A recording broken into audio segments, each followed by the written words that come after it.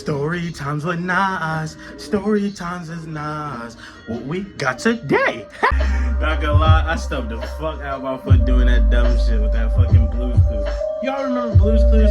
But anyway, this is Story Times with Nas. Welcome back to another Friday, man. I hope y'all having a beautiful Friday, or y'all had a beautiful Friday. Cause this be dropping at like 5 o'clock at night. You know what I'm saying? But I hope y'all having a good day, whatever time of the day you're watching this is. And with that being said, let's really get into the story. So I broke the toilet at senior week. Now listen, I'll admit that and I'll acknowledge that, but like, let me really break down why it happened. We gotta go back to the beginning. And listen, this one is from my friend who be watching this, bro.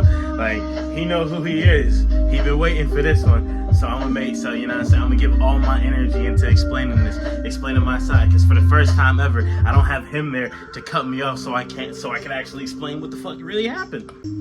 So this happened at senior week, right?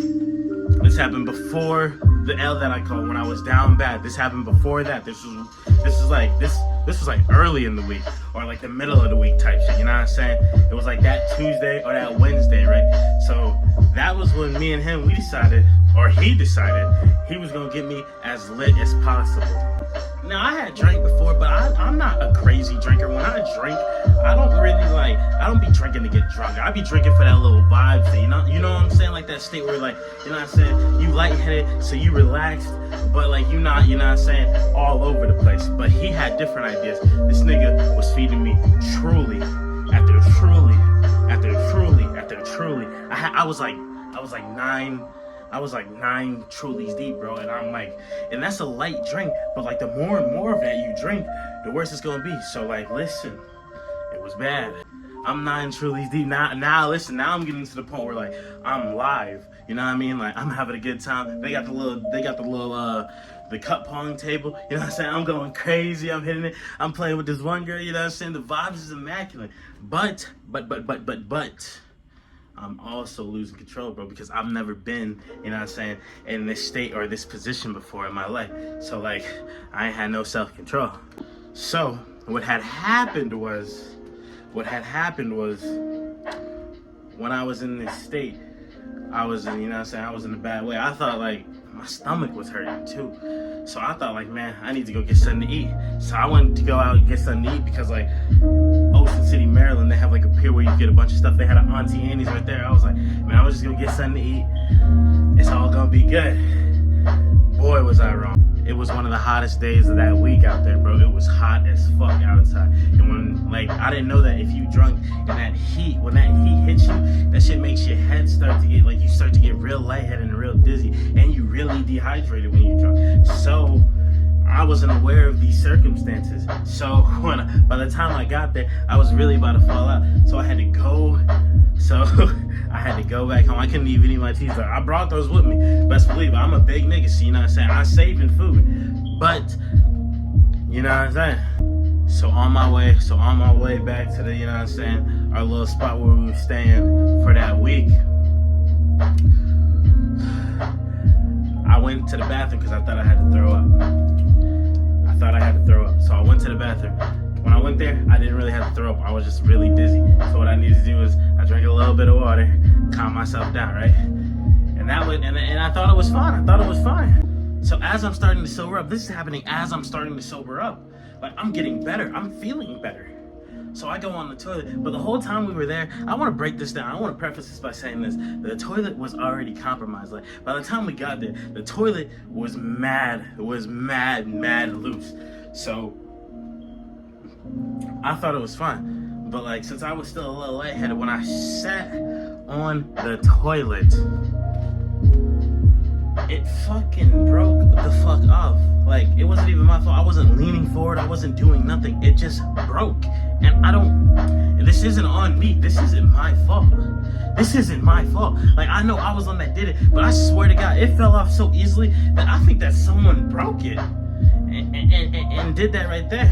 Because it couldn't have been me. Because like, you sit on a toilet and it just falls off? Like, that shouldn't just happen. And like, it wasn't because I was putting any weight on it. Like, I know I'm a big dude, you know what I'm saying? Things of that nature. But nah.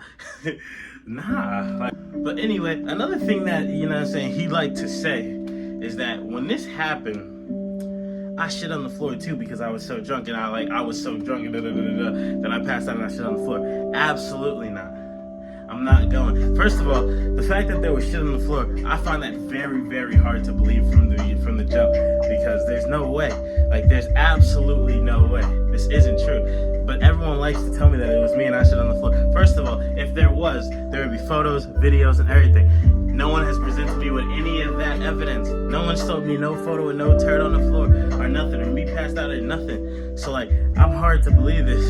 But what I do believe was, and this was the funniest part, after I broke the toilet, I tried to put it back on. But while I was putting it back on, my friends had a little bong thing, you know what I mean? Like, you know what I'm saying? So they could rip bong.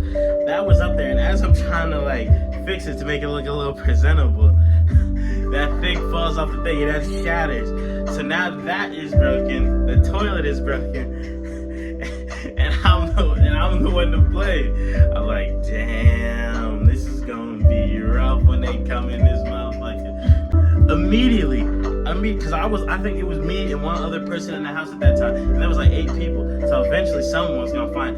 But like immediately, as soon as one of them came in, as soon as they came to the bathroom, I'm passed out of the bed. But in my subconscious, I could hear this guy walking, and he was like, "Yo, dude, who broke the fucking toilet, bro? What the?" I was like, "What the nah, bro? Ain't no way you found it that quick. You just got in here. How about you sit down and relax on the couch? We got the games on, you know what I'm saying? We got some movies playing. Like, relax, man. You immediately gotta go to the bathroom. Like what you was doing out there, man? What you was drinking?" And then that's when I woke up and I was like, listen, I said what I always say. That shit was compromised. Because it was. They don't want to believe me. No one ever wants to believe me. Even when I'm telling the truth, no one ever decides that it's their place to believe me. And I don't know why that is right there. Like, when I talk to y'all, or like the way I sound, does it present to you like I'm a liar, a pathological liar? I don't think so, and absolutely not. But they never believe me, bro. So I'm gonna need y'all to explain that for me right there, because I am shocked and perplexed at the fact that, like, why the fuck y'all don't believe me when I'm telling you what happened? When I apologize for breaking the toilet, I apologize for the little beer bong thing that broke, and not the beer bong, like the little drug users out there. Y'all know what that shit is called, the little glass thing that you know what I'm saying? And then you fall out and you get mad. Just like, you know what I'm talking about. I apologize for breaking that, and then everything was good, you know what I'm saying? I gave them a little dollars on the side, you know what I'm saying, so they could get another one when they got out of here. But they was in their feelings. For sure they was in their feelings. Cause you know what I'm saying? You don't play with it, druggies weed. And they was going crazy the rest of the week. But nah, that's really basically the story. I can really tell y'all about like the rest of what happened at senior week.